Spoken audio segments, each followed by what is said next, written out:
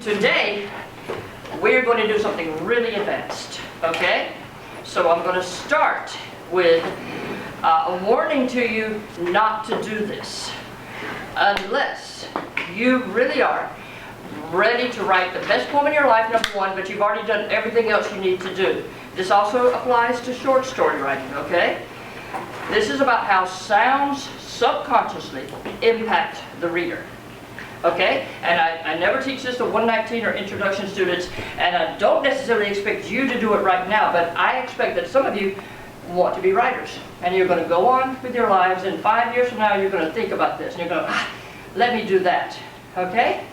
So first, I want to remind you, you write your first draft, you get the ship committee out of your brain, okay, you write your first draft, and then you start revising with thoughts toward craft, okay, and you think about things like the use of concrete images, all right? You should not have any abstractions in your final work, right? Okay, so concrete images, and then you're going to be looking at things like placing the reader. This is very important.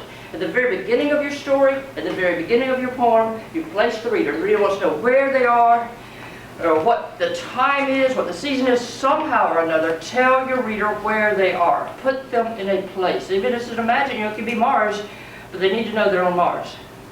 It could be some, like Octavia Butler's blood child at some planet. It's generations from now, hundreds of years from now. But we know where we are, okay? From the beginning, we want to do that. And it's really easy to do that, right? You just say, I got examples here. You just say, last night at my uncle's having dinner. Boom, you're placed, right? In the middle of the night. I lived a long time in that country, with the hay rakes and rock paths and beam bridge. It was the middle of the night, so far into the field. You're placed. It's the field, it's the country, right? Plus you're placing the title, Mount Pisgah. So that's really easy placing, okay? So you want to do that in your short stories, in your poems, all right? If you're imagining things, if you have something like, angels riding dragons down from heaven, we still need to know what they look like and where they land. They land in the DeCoin Walmart parking lot. They land in your backyard beside the broken down 1973 Dodge. They got to land somewhere. We need to see that. We need to know. Okay? So it doesn't matter if it's imaginary or real. We have to be placed. Okay? These are the things you think about first. All right? Then you start thinking about your word choice. How much can you pump up your verbs and still sound like you're talking in 21st century English? Okay? We need for you to use just ordinary language, heightened, okay? So ordinary language, things you would say in real life, like you might say that the car is rust-shot, or the car is riddled with rust, all right? But, that's ordinary English, it's heightened, okay? So, you don't want to go to, I use my thesaurus all the time, but only to, remind me of the good English language and all the words that we have. I wouldn't do something like say, I ingested my, whatever I ingested last night, hummus and peppers. I would say I ate, right? Ordinary English. Okay, so you would say, can you say arms scarecrowed instead of arms held out by my side to balance me? Okay, all right. Can you say the fox shrinks into the briar and bramble instead of the fox runs into or the fox walks into the briar and bramble? So you just pump up your verbs, pump up your words. The butterfly churns or flutters instead of the butterfly flies, which is the first thing we think. And then you start thinking about your word choices, and you have to remain true to the denotative definition. You have to remain true to the dictionary definition of the word. Okay? No matter how much we don't like it, and we do love words, and we do fight with words, okay? But we have to remain true to the dictionary definition. And after you've done that, you start thinking about connotation, okay? You start thinking about, like, what does this word, now I know what the dictionary definition is, what does this word remind people, or what do people associate with this word? So I use the example of apple. Apple, literally we know what that is, okay, but it's associated with temptation, with evil, with the Garden of Eden, or it can be associated with apple today keeps the doctor away, health, okay? But it has associations. If you put an apple in your poem, people are going to make an association, okay, automatically. All right, so you think about stuff like that. These are all the things you think about first, after your draft, when you're rewriting your poems, when you're rewriting your short stories. Okay, in your poems, you also start thinking about line breaks. How does your poem look on the page? Like if it's a great big giant block of words, does the poem want to be divided up into couplets, into 2-line stanzas? Does it want to be divided up into tercets, into 3-line stanzas? Does it want to be a big block of words? Does it want to be spread out more and using the entire page? Does it want like a lot of spaces in the words? Okay, you think about that, right? That's one of the last things you think about. How does the poem look on the page? Because the page is a canvas. Your words are your paint. Okay, so you think about that. And then you think about things like line breaks. You think about assonance and alliteration. So you start out with a line like, the geese flew off, which is a perfectly good line. The geese flew off. It's concrete. You got geese. You got them flying. But then you start thinking, how can I add assonance? How can I add alliteration? How can I add more placement? The geese flew off from the lake. The geese flew off from the field. The geese flew off in the distance. The geese flew off into the sunset. You start just thinking about that. Thinking about what the reader sees. You're creating a movie with your words. What does the reader see? Because the only thing they're going to see is what you give them with your words. Do not expect them to interpret your poems for you, okay? Okay, so you add assonance and alliteration. You start thinking about your word choices. So the geese flew off as the sun was setting. You got no assonance and alliteration, I don't think, but you do have placement. So then you could say, how about a better word than flew? I ended up with geese lift, because I got geese lift from the far field in the last light. So I got sunset, but it has become last light. I got 3 L's, lift, last light. And in the next line, the geese are going to scrape over the outers and do something and land in a pond. Now, we're going to talk about this. Lift, last, light are all L words. And L words are considered liquids. That's what we're going to talk about today. We associate those with water. If you're writing a poem or a short story and it's around water, then you will try, or it's raining, for example, you will try to use as many R, L words as possible. So lift, last, light. Lake, water, lapping. That's Yeats. Okay? This is something poets did up until about the 1950s. Any poem you turn to, from the 1950s backwards, you will find this. It's also true for writers, especially someone like Joyce. Okay? You will find that they are really paying attention to the subconscious impact of the sounds on the reader, or on the listener. Okay?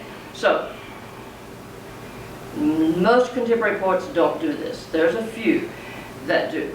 Alright, so this is what I want to talk about. This is the last thing I want you to be thinking about when you're writing, okay? Because all that other stuff is really important.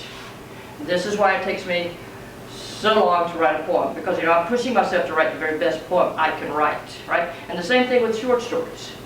If you have a choice between a word that is a high vowel sound, that's quick and fast and full of movement and action, or you have a choice between that word and a word that's a low vowel sound, and a low vowel sound is bigger, scarier, toned, it's more somber and serious, which one do you want to choose? And everything else is equal. Denotative definition, connotation, assonance, alliteration, what do you do? Okay, this is one of the things you think about in the final drafts of your writing. You want to write the very best, and this is for short stories, for poems, for novels. Obviously, you're writing, how long is a novel? 200,000 words? Okay, in important scenes, in the beginning, in places where you really want the reader to slow down. And the other thing I was thinking about, like your characters. I was thinking about names last night. Your characters' names. Is your character very somber? Then don't give them a happy name, unless you have good reason to. I was like, okay, my name, Judy, Jordan. U and O are somber, big, cavernous sounds. Like, thanks, Mom. Okay? My brother, Nick Jordan. Nick is a happy, fast, glittery sound. I was like, great. How come he got the happy sound? I started thinking about Melanie Ray, happy, happy, tone. One of my favorite writers, tone, very somber. Toni Morrison, 2 somber sounds, Toni Morrison. Marilyn Robinson. Marilyn's happy, Robinson is a big O cavernous sound. So let's say you have your characters. You can name them names that are either somber or happy and fast moving. That's one way you can think about this. Okay, but you can just, think about your word choices. This is what it's all about, right? So we group vowel sounds into high and low sounds. Okay, I have a little graph in just a little bit. We have high sounds, light, action, speed. So if you're writing a sports poem, for example, or a poem like full of action, so like, I think I have the pitcher quick flicked the ball to the first baseman. Pitcher, quick, flick. 3 short eyes, fast, action. You see how that works?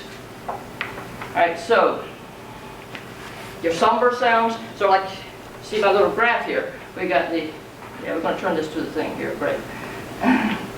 This is not a great graph, but you start out with these big somber sounds, like boo, all, bow, okay? Oh, bore, awful, awesome. This word awesome used to very commonly be used to mean daunting and fearful. We don't use it that much like that anymore, but this is how it used to be used. It was always something that was awesome, it was big and scary.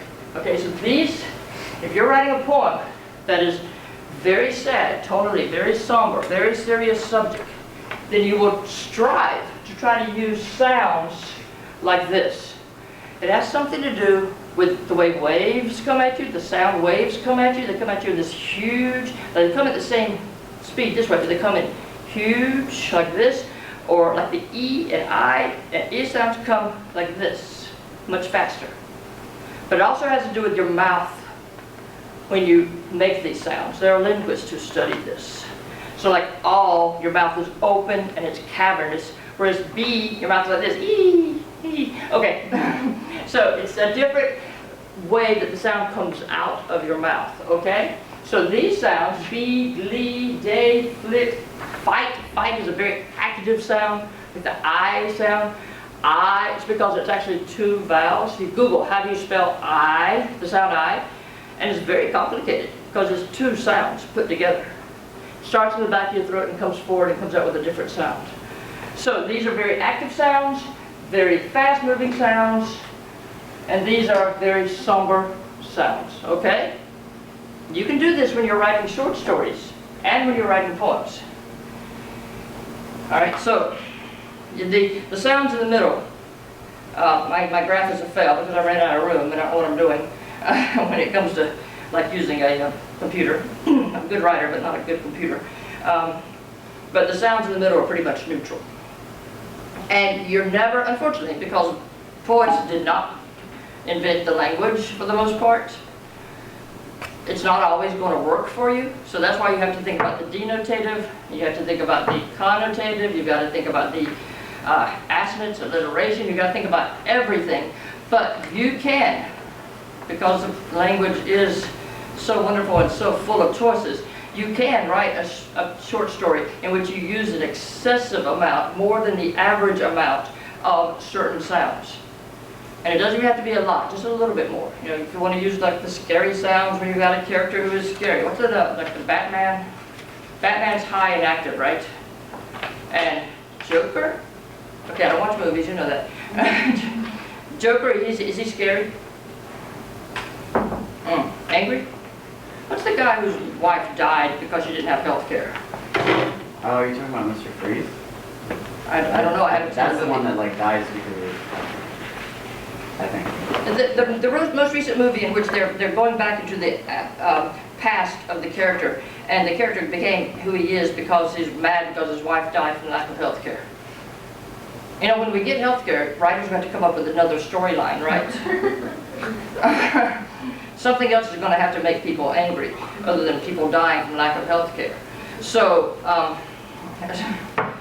my third book is all about my becoming homeless because of, I had insurance, my insurance did not pay all of the bills, right? So at some point in the future, I won't be able to write that, right? And I have for the epigraph at the beginning, I have Canada, man gets cancer, bills are all paid, everything's happy. I forgot how it goes, but a popular meme, Canada, so instead of Breaking Bad, you get nothing. So you're going to have to come up with a different storyline, okay? But until then, we have that storyline, and you know, the Joker or whoever it was that's all mad because his wife died from lack of health care, you could have him with all these somber sounds, okay? So let's look at some examples, for example. Okay, this is also, it's called phonetic symbolism, or like a lot of times you will find that there are a lot of words, more than would happen coincidentally, that have the same sounds and mean something similar. So for example, GL often means light, or something to do with light. It's often associated with light. So you got gleam, glimmer, glow, glare, glossy, glisten, glint, glitter, glaze, and then you got the gloom and gloam. This is more than would happen just coincidentally.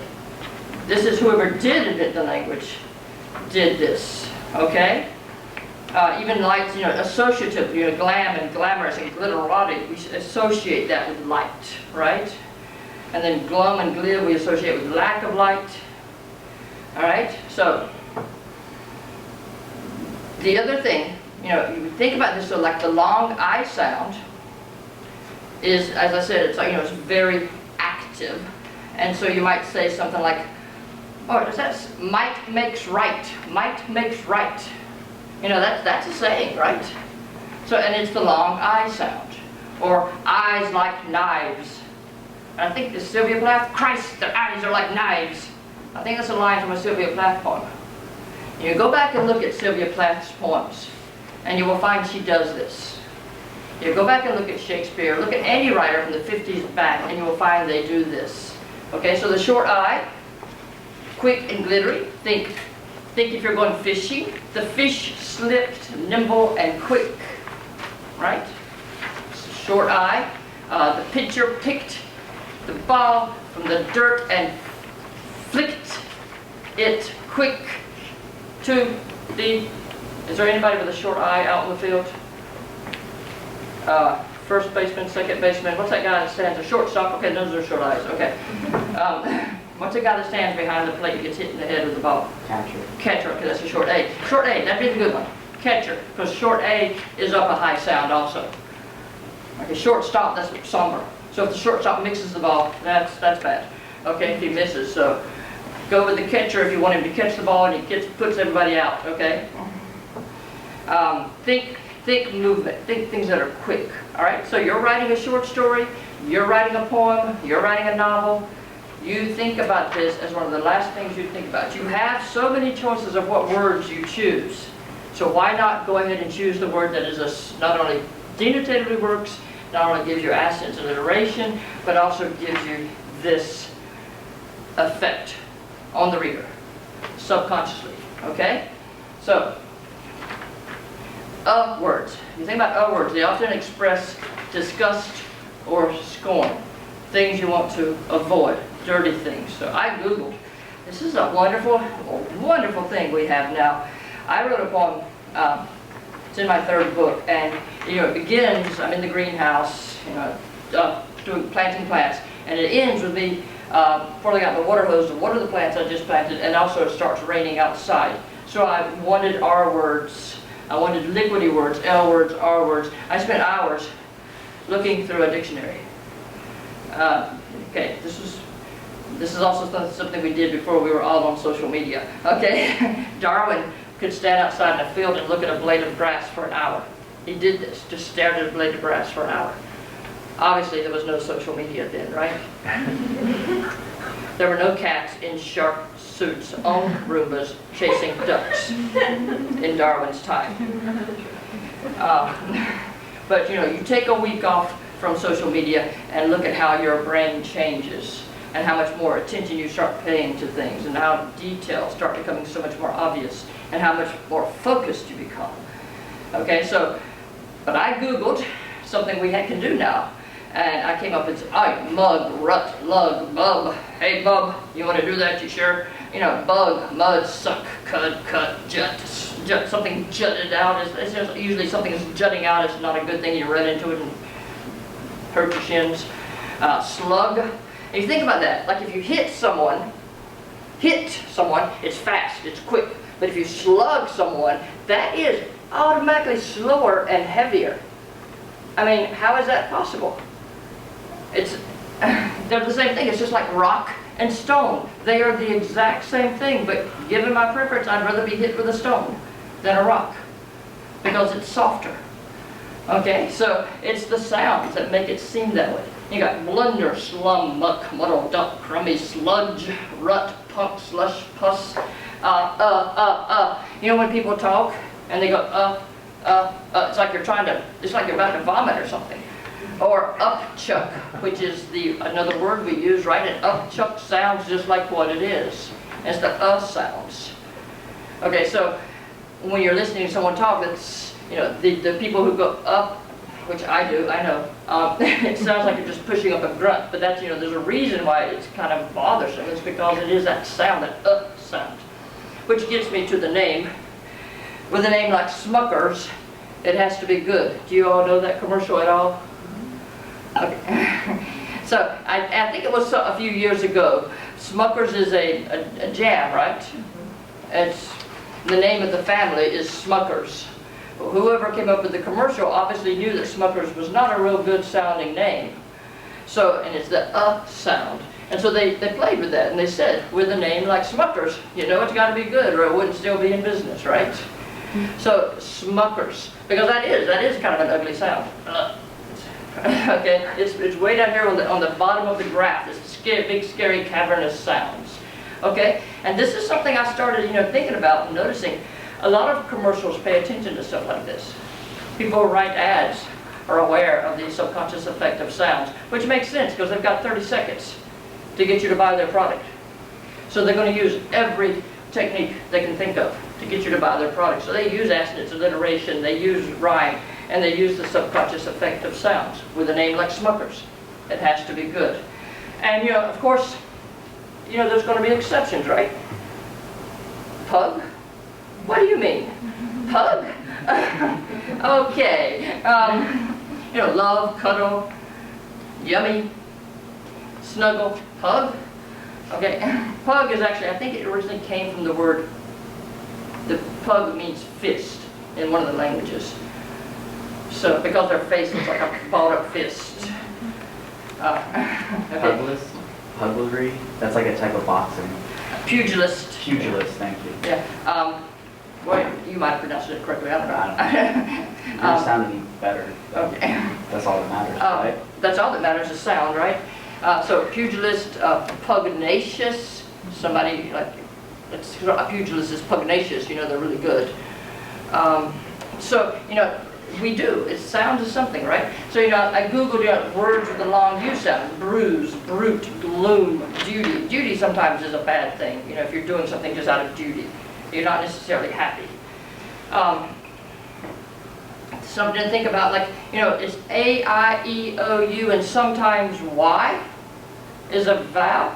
So something to think about, you know, which consonants are really vowels, and do you want to use a softer vowel sound, a word with a softer vowel sound, even if it's a Y or a W or an L or an R, or do you want to use a word with a harder consonant sound? Because those make a difference. If you're using the harder consonant sounds, you're usually doing that when you're talking about something that is hard hitting, difficult, and you go to the softer vowel sounds, then that's going to soften the poem.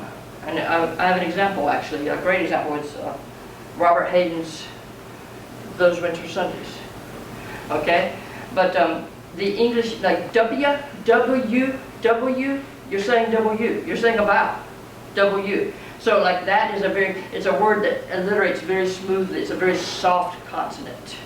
So washing the world loose, so I walked untethered. It's a very soft line. Or James Kimbrell, not a winged beat at the window, wisped out our candle with the bruised winds of the other world. He's going to a house that's said to be haunted and they're doing a seance, him and a bunch of kids. So, but you see all those W sounds, they alliterate very smoothly, very soft sounds. And then the R is considered, it's almost considered non-existent. So you got like bird, B-R-D, B-I-R-D. It's the same, you pronounce it the exact same. So you don't even need the vowel, the R acts as a vowel. So bird, I suspect in English language in 100 years from now, this is how we're going to spell bird. B-R-D. We don't need the vowel, the R is going to just take up where we used to have a vowel. Okay? So, again, you know, this is a liquid vowel. Okay? Because they flow around the tongue. And they are often used to describe water. So if you're writing a poem that's around a lake, around an ocean, around a river, a stream, or it starts raining, like it does in my poem, you know, try to, as much as possible, use R's and W's and L's. Okay, so you just choose your details. So like I put a raptor in my poem. And it starts with an R. And the raptor is hunting rats. Starts with an R. Right? And you choose the details as much as you possibly can. I ended up with something with a lot of L's, the liquid, the lucky life, the labyrinth, the lucky life. You know, I'm homeless, but I'm still alive, right? You know, walking into the labyrinth of this lucky life. So a lot of L's. Do you guys remember that Snickers commercial, the body shaming Snickers commercial, where the woman asked the man she's with, does this dress make me look fat or something like that? And he just happened to have just stuffed a Snickers bar into his mouth. And so he can't talk, so he says, is the sound of appreciation. So, you guys don't know that, it's just, I'm sure. But it's, you know, if you want to, it's warmth, it's appreciation, mom, mommy, you know, it's warmth. Okay, if you want to answer something in an affirmative, you just say, very much appreciation, okay?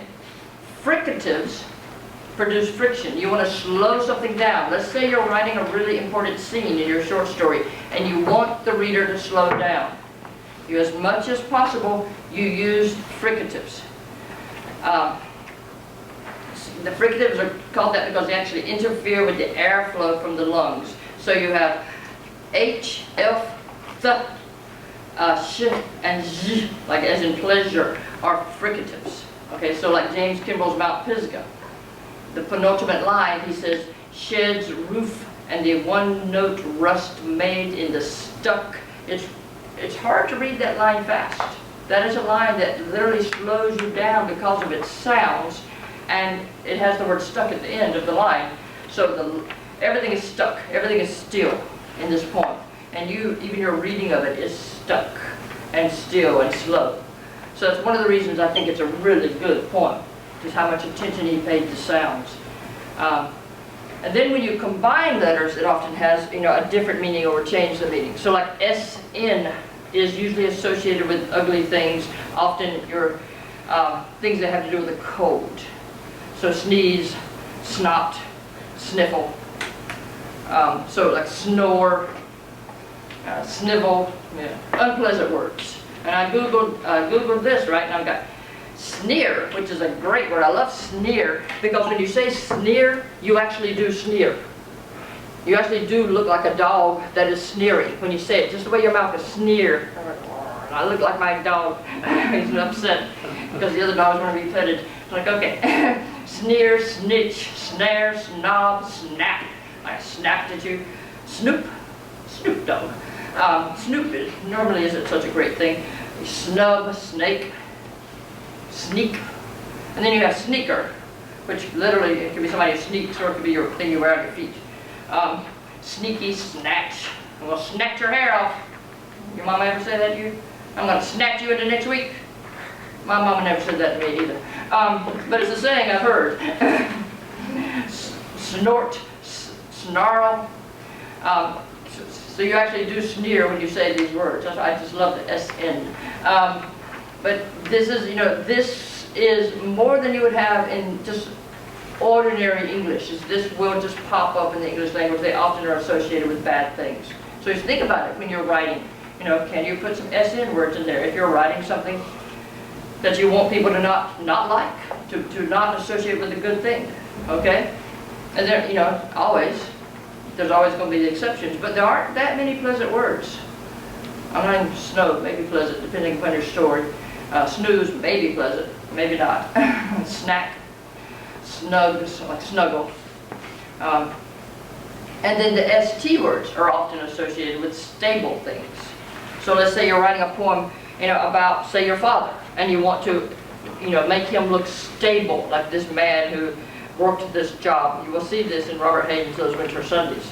All right, you know, if you want, you know, whoever it is you're writing about to be the stable character, you know, give them a, don't call them Steve, name them Steve, do name them Steve, S-T, and, you know, give them words that are stable, like steady, you know, stable, steady Steve,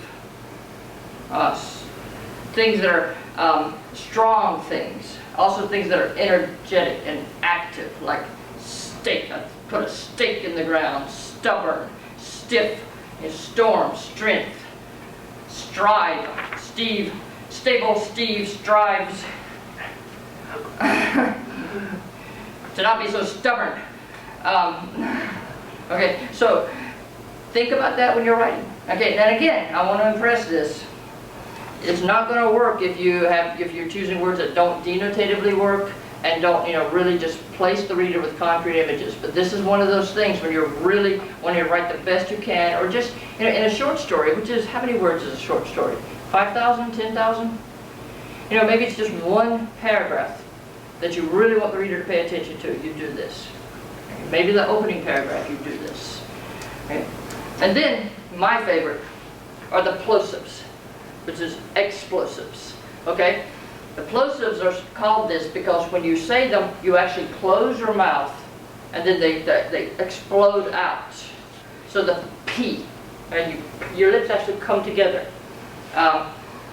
If you don't close it, if you're not closing your lips, your tongue is closing. So like T, your tongue touches the top of your mouth and closes off the air for just a second, so you have an explosion of sound. The strongest words in the English language are one-syllable nouns and verbs that are plosives. This is important to remember when you're writers, okay? Strongest words in the English language. Oftentimes we go for Latinate words, multisyllabic words, because we're taught somewhere along the way, you know, we're trying to write a fancy something and want it to be pretty, so we're going to use big, long Latinate words. You don't want to do that. You want to go the opposite. You want to go for the simple monosyllabic words and push for the plosive sounds. And those are the strongest words in the English language. Obviously, if you're trying to soften something, then you won't go for plosives.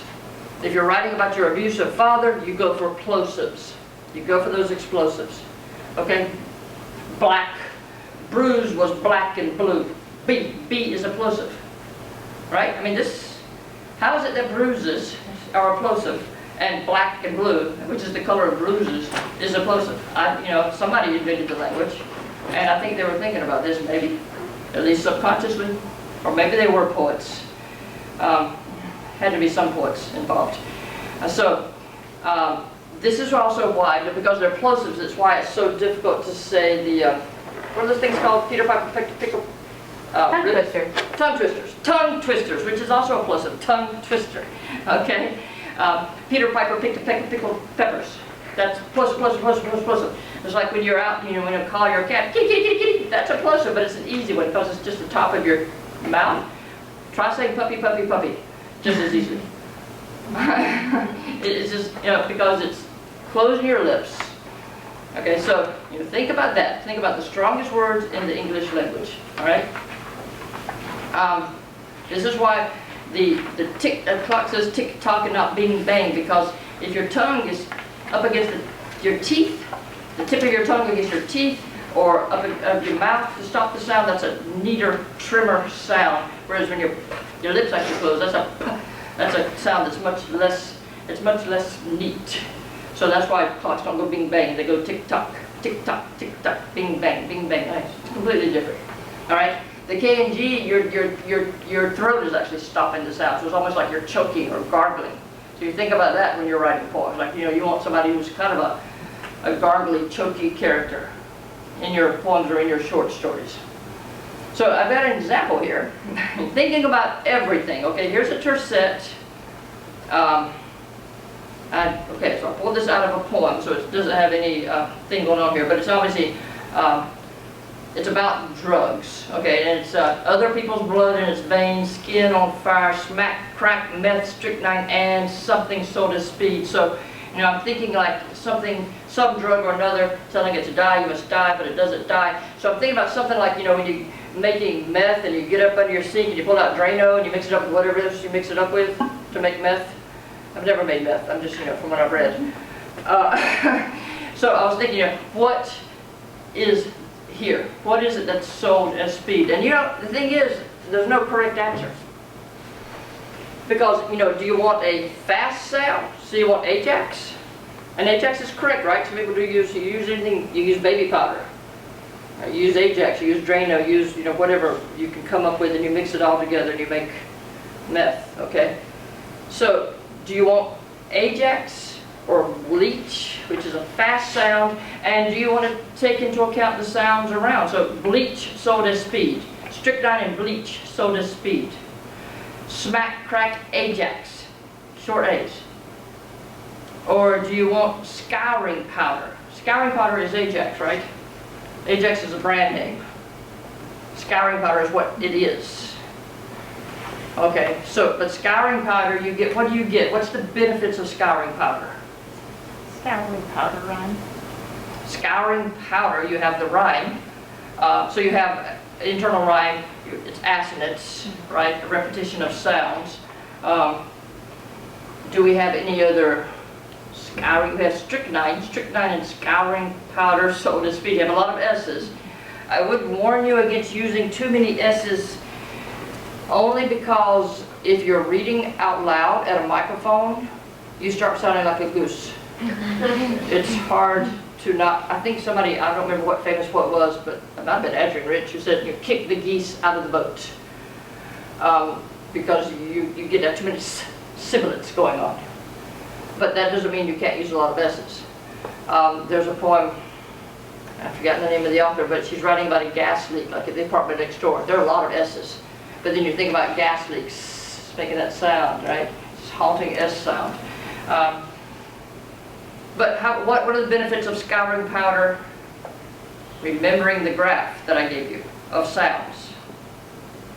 What is a ow, ow, sound? Bow. Stronger, rounder, heavier. Thank you. Scarier. Bigger, scarier, cavernous, more serious, tonally. Scary, remember scary. Okay? Boo. That's scary. Okay, that wasn't scary when I just said it, but boo. The ooh sound is scary. Read Sylvia Plath's Daddy. Do you know that poem? Yeah.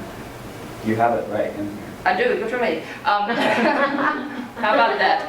Do you notice that the sound that it ends in with every word is ooh sound? You, blue, do, like all the ooh sounds. Okay, so scary. She's trying to make her father scary.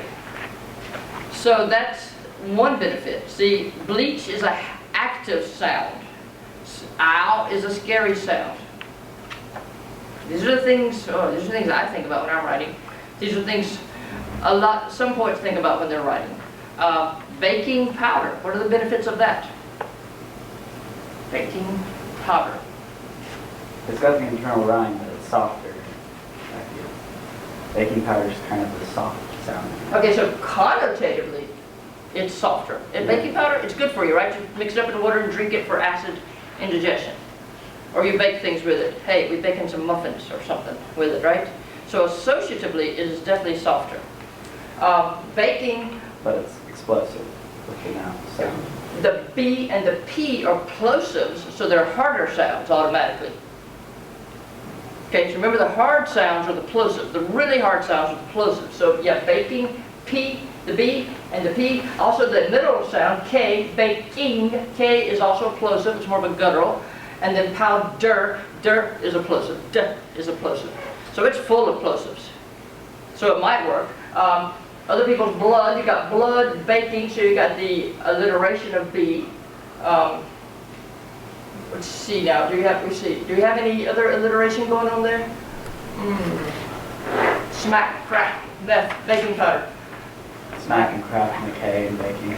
Okay, you got the end sound of smack and crack, and then you got baking. It's a very strong middle K sound. So you see why it takes me 100 hours to write a poem? Okay, it doesn't always take 100 hours, but okay, sometimes it takes 1,000. Sometimes it takes 20, okay? It really depends upon the poem. But this is why, right? You're thinking about all of that. Baking soda, again, associatively, that's, wait a minute, it's baking soda you put in water to drink faster. Yeah. This is not baking powder. Oh boy, dear YouTube.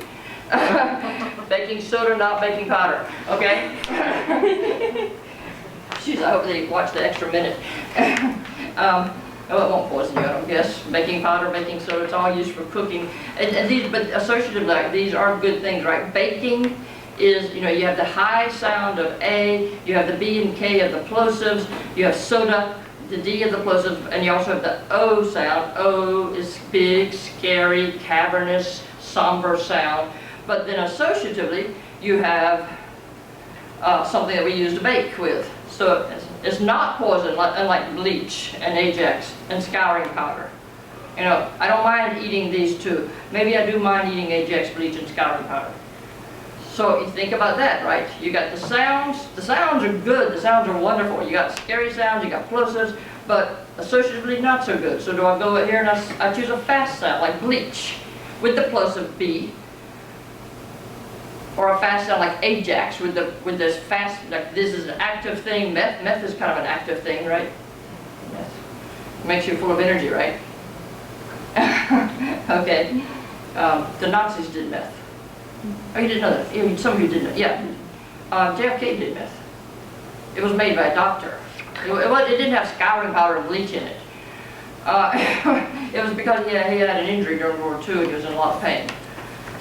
So yeah, the Nazis, I think, were the original ones that come up with it. Is that right? They used it with their soldiers to, you know, help keep them awake and help, fight. Okay, so I like one thing I like in poems, which you'll probably quickly figure out, is when you give me information. Now you're writing about something that maybe is really personal, but you come up with a detail of something I didn't know, and you teach me something. I love that in poems.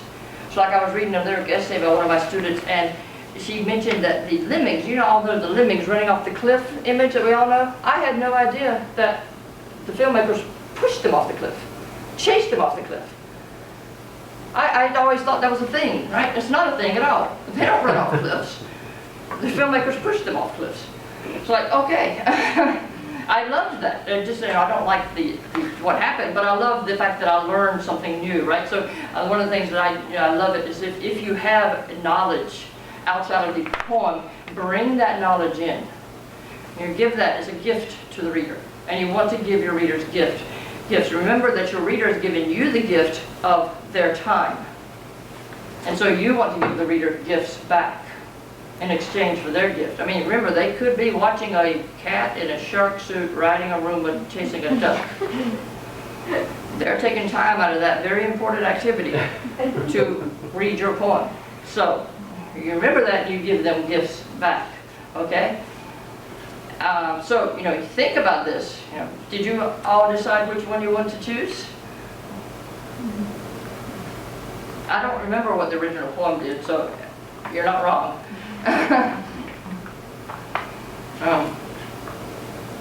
Smack, crack, meth, strychnine, and scouring powder sold as speed.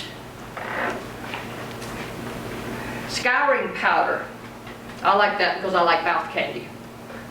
Scouring powder is hard to say, but not so hard that I'm not willing to say it. Scouring powder. I like things that make my mouth move around. So that's probably the one I would choose, not only for the harsh sounds of the P, the D plosive, and not only for the associative fact that it's kind of poisoned, but also for the owl sounds, which are a big, scary sound, and I want people to be scared at this point, right? Because they're making meth, and somebody's going to ingest this or put this, whatever how you take meth. And so maybe that's the one I would go with. Or I would choose not to because maybe it's too much mouth candy, because there's a lot of mouth candy going on in this line. And sometimes you can do too much. It almost becomes comical. Like doing too much abstinence and alliteration can be comical. Think about children's books. They're all full of abstinence and alliteration, right? So it's comical and fun. So maybe you don't want to do that. Rachel. Yeah, I was just gonna say, I think Scouring Powder really works too because you've got smack, crack, meth, which are all single syllables, and then strychnine's too, and then it rolls really well into that 4 syllables. It makes a good ending, especially since the last syllable, or the last 2 syllables actually are plosives, P and D. And also 1 syllable. So, but you yes, thank you for pointing that out. I mean, this changes up the rhythm in the line to 1 syllable, 1 syllable, 1 syllable, 2 syllables, 2 syllables, 2 syllables, 1 syllable, 1 syllable, right? Yeah, that does change up the rhythm really well. So that is an excellent point. Thank you, Rachel. So does anybody want to argue for a different sound? A different word? A different connotation? You know what? Maybe a word that's not on here. Some of you probably know more about meth making than I do. What would you? Because you've read about it and studied up on it. Hey, I was thinking phosphorus. Phosphorus. Yes, off match heads. Off match heads. That's what they do to make meth. Wow. Yeah, That sounds like a lot of work. it is. Maybe, okay. It takes a while. Okay. It's almost like you have to really be dedicated to it. Okay then, so phosphorus, so one of the benefits of phosphorus is its ah sound. So it's scary, phosphorus, all 3 syllables are the ow sounds that are at the low end of the scale, the low end of the graph. So you have 3 scary sounds, boom, boom, boom, right in a row. So that's a definite benefit of phosphorus.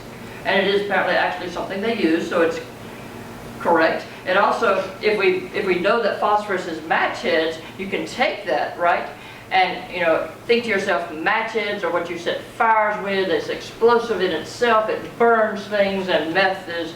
And you think of that as something that's, well, first off, you have a lot of meth explosions, right? And then you have, it's just the idea that if you're injecting yourself with meth, you're burning yourself to the ground, right? You're destroying yourself the same way that fire destroys things. So that's an excellent choice. It has all these things going on. When you're writing poems, you don't think about all this, right? But if you're lucky and you have a really good reader, they'll think about these things. But this is why I say something like the poem Oranges, right? You read it, you enjoy it. You don't think about those things. But maybe you're the type of person who does think about those things, and you read it again because it was a great poem and you enjoyed it. You read it again and you read it again, and then you start noticing these things and you start thinking about these things. So, if you write a good enough poem, your readers will notice the underlying things. Works on one level, the very surface level, and then it works on the under level. Okay? So, anyone else want to suggest anything? Ajax. Ajax. Defend your choice, Greg, please. Well, I just like the way it's going to flow. Smack, crack, meth, strychnine, and Ajax sold to speed, some drug or another telling it to die. It's just got this nice, it's so sharp, and to me Ajax is kind of visual. And it's a thing, it's like very specific. Mm-hmm. And what is it Ajax a Greek god? Yeah, I think, I was thinking it sounds like it. Yeah. What did Ajax do? Kill himself. In the Trojan War. He fought in the Trojan War too. He got dishonored, he killed himself. Oh dear. Like a nerd. But he was a big hero in the Trojan War before he was dishonored? So it's this is the very opposite, heroic versus, oh my, I'm doing meth. This is not, I'm throwing away my life. Just like Ajax. Just like Ajax did. Thank you, Lane. Thank you, Greg. Also, Greg is right. It does sound great. Smack, crack, meth, strychnine, and Ajax sold at speed. We haven't gone over meter yet, but stress, strychnine. I'm gonna look that one up. Strychnine, I think it's stress, unstress, unstress, Ajax. Ajax, which, are we stressing both syllables? Ajax. Yeah. I'm sure if we look this up, only one would be stress, but when we say it in this line, we're stress, stress, stress, sold, stress, as, unstress, speed, stress. A lot of stresses. So that's a very active line. That's a very powerful, hard-hitting line because it has so many stresses in it. So that's another excellent reason to choose Ajax. Also, it's the high, fast, active sounds. So, you know, you can associate that very easily with the other sounds in here. Smack, crack, meth, Ajax. Anyone else want to choose? That's so cool though about, like, I had no idea that this guy killed himself and that, like, meth is like, you know, you're killing yourself. I mean, Yes. but is there somewhere in my subconscious that knew that? I knew there was some association with a strong character like a god or something, but like, but all of these other people who knew this other information, like, that's all floating around somewhere, right? Yes. That information. Yes, I mean, that's, you know, that's a wonderful thing about words. They often have denotative and associative meanings, and, you know, we can do so much with them. Being a writer is a wonderful thing. But here, yeah, here's just a section of Sylvia Plath's poem. You, gobbledygook, mustache, blue, you, too, you, die, you, do. Like, yeah, all these ooh sounds because he's trying to make, you know, this father scary. And here's Those Winter Sundays by Robert Hayden. Okay, now, you pay attention to the sounds in this poem, okay? Sundays too, my father got up early and put his clothes on in the blue, black cold, then with cracked hands that ached from labor in weekday weather, made banked fires blaze. No one ever thanked him. I'd wake and hear the cold, splintering, breaking. When the rooms were warm, he'd call, and slowly I would rise and dress, fearing the chronic angers of that house, speaking indifferently to him who had driven out the cold and polished my good shoes as well. What did I know? What did I know of love's austere and lonely offices? So you notice in this poem, it's 14 lines long, all right? So if you go back to Gregor's quadrant, 14 lines is a sonnet, and so you're thinking about form there. And then you notice things like the syntactical twist, Sundays too, and polish my good shoes as well, which is better than also polish my good shoes. Okay, so it's a syntactical twist. And then you're thinking about sentence length. Sundays too, my father got up early and put his clothes on in the blue, black, cold, then with cracked hands that ached from labor in weekday weather, made banked fires blaze. No one ever thanked him. It's a long sentence, goes 4.5 lines, right? And then short 5-word sentence, very powerful. So you think about that when you're writing anything, essays, cover letters, short stories, novels, poems, anything you're writing, you think about sentence variation. But the other thing you notice, look at how many plosives we have in this first stanza. Blue, black, cold, closed, cracked, ached, labor, week, day, made, Sundays, all of these plosives, just full of plosives, because it's a hard sound, right? And the writer, Robert Hayden, wants you to realize what a hard life his father had. Okay, he wants you to see this. And he baked blaze also, I forgot that. But as you go through the poem, the hard sounds start softening. You get a little bit of hard in the first line, cold, breaking, but then look how soft things get. Rooms, warm, those are sounds, appreciative sounds, sounds that we associate with warmth and love. So suddenly we've gone from hard sounds to warm, appreciative sounds. And then we get these slowly, I would rise and dress. Those are very soft sounds, very liquidy sounds. And then fearing the chronic angers of that house. We're back to the hard sounds. Chronic, anger. Those are hard, plosive sounds. And then Speaking indifferently to him who had driven out the cold and polished my good shoes as well. You get back to the soft sounds again. Good shoes, well. And then you get this last two lines where he's trying to say in 14 lines, my father was a hard man. He was an angry man. I feared him. But he had this really hard life.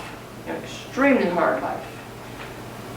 And he uses the sounds to tell you that, but then he gets to these last two sounds to say that even when, basically he's saying when he was a child, he feared his father and no one ever thanked him for everything he did. But now as an adult, he's looking back and realizing, he did not understand how his father showed love. And he wants to soften that as much as possible. So he uses all these really soft vowel sounds. So, what did I know? What did I know? I mean, that's like a sound that just goes on. It's echoing off into the distance, the vowel sounds. Of love's austere and lonely offices. So, for example, the word austere. Austere means strict or stern. Now, normally when writing a poem, you would want to say love's strict offices or stern offices, because one-syllable words are normally better than two-syllable words in poetry. Okay? You go back and read some Robert Frost poems, or even James Kimball's poems, and look at how many times they use monosyllabic words. Okay, but he chose austere, and I think it's a better word choice because it has more vowels, and vowels are softer sounds, and he wants to soften his father in these last lines, and maybe even soften his own guilt, because he has guilt, right, in this poem. So maybe he wants to soften his own guilt. And austere is actually, if we remember that I said R's are really vowels, or certainly can be vowels, we have 7 letters, and only 2 of them are consonants. And remember what I said about the ST together? What is it? Strong. Strong, stable, sturdy, steady, right? So he softened his father and also made him stable. Stable, sturdy, strong. Okay? The stake that you put up to hold up the tree. Stake, sturdy, okay? So I think these last 2 lines are just absolutely incredible, okay? And part of the reason I think is just that. The other thing you want to remember is the monosyllabic words often show rigidity. They show toughness. They show hardness, okay? So when you use a 2-syllable word, you're actually softening again. So we have all the monosyllabic words at the beginning, where we have the closed, cracked, cold, blue, black, ached. Okay, and then we soften everything. Love's austere and lonely offices. And L's are liquids, Y sometimes a vowel. Offices slows you down because it's a fricative, so you're really spending time and thinking about this. And then austere. That vowel-heavy word that means strict or stern, but is softened. The definition is softened. So it becomes more of a loving stability, a loving steadiness. It's like pure genius, Robert Hayden. Again, this was probably written in the 1950s. So this is a poet, and like I said, poets from the 1950s and back pay attention to sounds like this. Some of the things I thought about when I was reading this, why would he choose labor instead of work? Everything we've talked about today. What is labor? Am I laboring right now?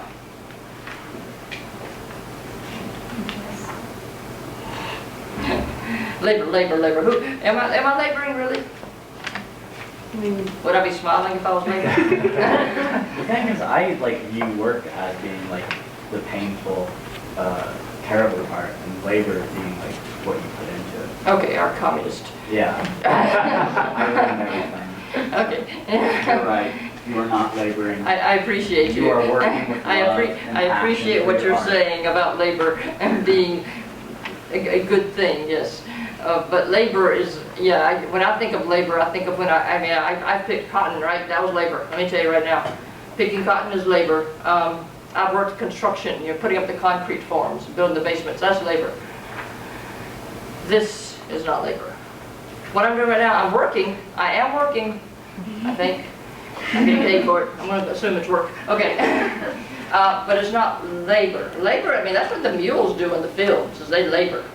What's another thing, when you think of labor, what's another thing that labor means? Giving birth. Giving birth, indeed. Okay, so is it possible that instead of choosing cracked hands that ached from work in the weekday weather, which would have been all these great sounds, you have work, weekday weather, the 3 W's, you have the K sound with cracked and ached, and the K with the black sound. Is it possible that he went for labor instead, not only for the A sound, ached, labor, but also for the fact that labor is something you do when you give birth, which is how you create a family. So this father is, in effect, giving birth to this family with his hard work. Oh boy, that got complicated. And you don't think about that really when you're writing poems, at least not the first draft, not the second draft, not the third draft. But yeah, when you get to the final drafts, you start really paying attention to those words. And which word are you going to choose? The 2-syllable word labor has things you don't like about it, because one thing is 2-syllable, but it also has all these benefits over the 1-syllable word work. So now I think this is one of the things he was thinking about, right? Does anyone know who Robert Hayden is? Only from your class. Oh, dude, you guys, it's a good thing you have Google. Was Robert Hayden one of our expats, one of the black men who moved to France because of the racism in America? So he grew up very poor, grew up in the 1900s. He's a person of African heritage. His father was of African heritage. You know your history of the United States of America. You know how difficult it would have been for his father to find a job, and how much he would have had to labor, right? How hard he would have had to work just to give his son, the benefits of this life, right? So there's a history of the poet involved when you read this poem now. So, and I believe he is one of our expats, and I believe, God, he was gay. He was LGBTQ, right? Someone Google that right quick. Robert Hayden, bio. Okay? So, there's all this other stuff that comes in about the poet, though, right? Especially the fact that you know more about his father now. And because you know the history of the United States, you know so much more now about his laboring, about his, and they, they grew up in terrible poverty. So you know that from the history, but also from the poem. But just the 14-line poem just does so much. And just those 14 lines. It's a powerful poem. And a lot of what causes it to be powerful is just the sound choices. Okay? So, what was the first thing I told you? Don't do this unless you've done everything else first. Okay? Okay, it's awesome. Thank you very much.